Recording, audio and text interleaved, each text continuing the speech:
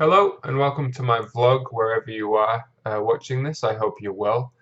Pardon my voice if it starts to cut out in the middle of this. I am feeling quite under the weather. However, I'll try to get through this as painlessly as possible. This week we went through brainstorming. We delved into brainstorming and how brainstorming effectively works in a group and an individual setting. Brainstorming plays a critical role in a group or an individual's decision making. It's essential to explore multiple options in order to best address any issue that may arise.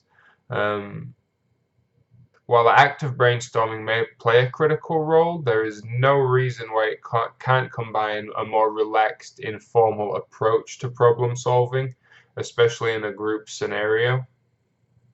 It allows group members to think outside the box, to suggest somewhat crazy, unrealistic solutions, at least at first, that can further be expanded on to make creative solutions to problems. These crazy ideas actually often spark creativity that will allow for more original thinking throughout the brainstorming process.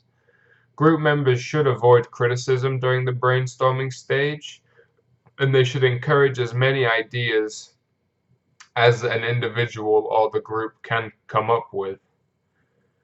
Uh, Obviously, because we live in such a diverse place, we're more likely to have diverse group members, and everyone is more likely to not think the same, which is why ideas should be encouraged, not dismissed. It brings forth different ideas of different ways of thinking that you may not immediately jump to and may not immediately stand out to you, but through them suggesting ideas that are more relevant to them, it could definitely impact the way you see a situation or see an outlook coming about.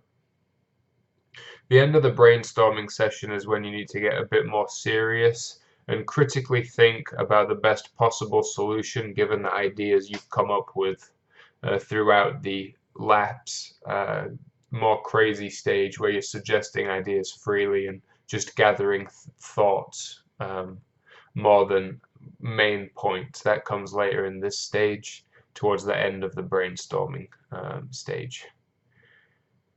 You do this so you can even take pieces, little bits of all the ideas that you'd come up with in the beginning, and maybe add little bits here and there to improve or further your solution to a certain problem.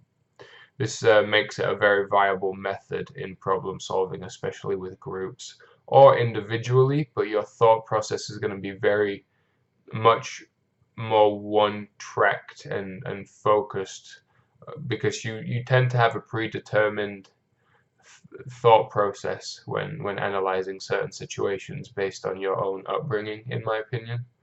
And this is a useful tool to solve any problems.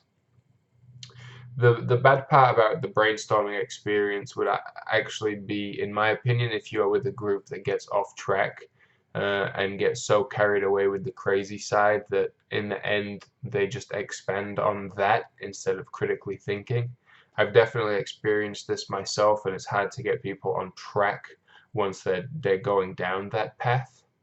Um, do differently. I would, like I said, because I've had so many groups in my past, in in in face-to-face, like in-person classes. I haven't taken that many online classes, which I've found to be much more focused, especially when you have such a short time frame like this summer class. My group is very on point and down to business when we meet, and I really like that about this. It's no sitting through a 12-week course just twiddling your fingers week in and week out. This is to the point, get it done, and be as critical and direct as possible. However, this week in the brainstorming phase, it allowed us to take a step back and really apply our thoughts throughout the class. I hope you enjoyed my vlog. I know the class is coming to an end, so there won't be many more of these left, but for the remaining ones, I look forward to doing them, and I look forward to diving into more topics in this class. My name is Thomas Hollandrake, and thank you for watching my vlog. Bye.